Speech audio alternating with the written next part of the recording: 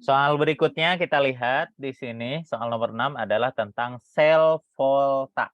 Ya, ini ada sel volta, ada Zn, ada Cu dengan jumlah E0 reduksinya masing-masing ya ada ya. Nah, ini ke dalam keadaan standar ya. Kalau bukan standar gimana, Pak?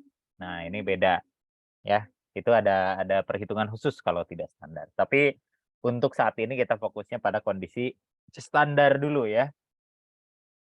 Nah, dari dua data ini kita bisa banyak menyimpulkan perhitungan ataupun kondisi tertentu.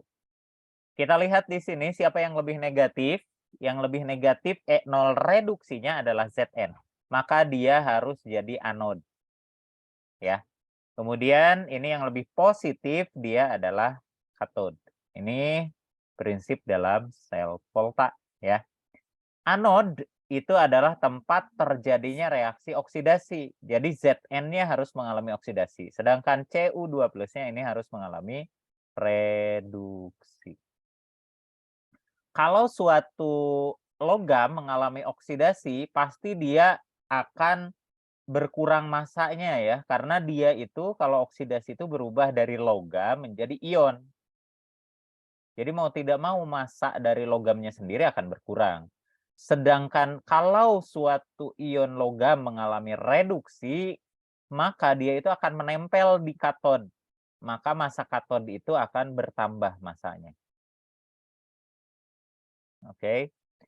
Nah, kemudian aliran elektron ya. Aliran elektron itu berdasarkan prinsip harus dari kutub negatif menuju kutub positif ya. Karena si Zn ini kan lebih negatif, maka kutub negatif ya. Nah, jadi aliran elektron itu dari Zn menuju Cu. Kemudian bagaimana reaksi selnya? Ya, reaksi sel itu kita harus menyesuaikan siapa yang harus oksidasi. Yang harus oksidasi adalah Zn ya. Berarti seharusnya, nah ini salah ya yang pilihan satu.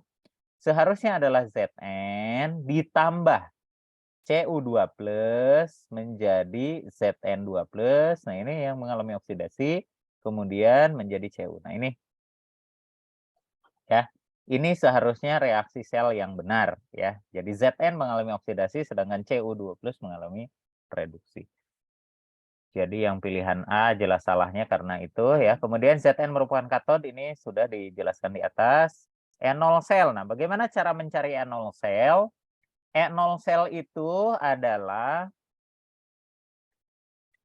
katode gitu ya. E0 reduksi untuk katode dikurangi untuk anode. Berarti Cu dikurangi Zn ya.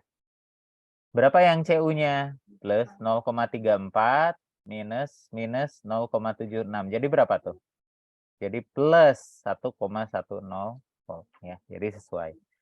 Kemudian logam Cu mengalami reduksi ya. Logam Cu mengalami reduksi ini hampir menipu. Kenapa?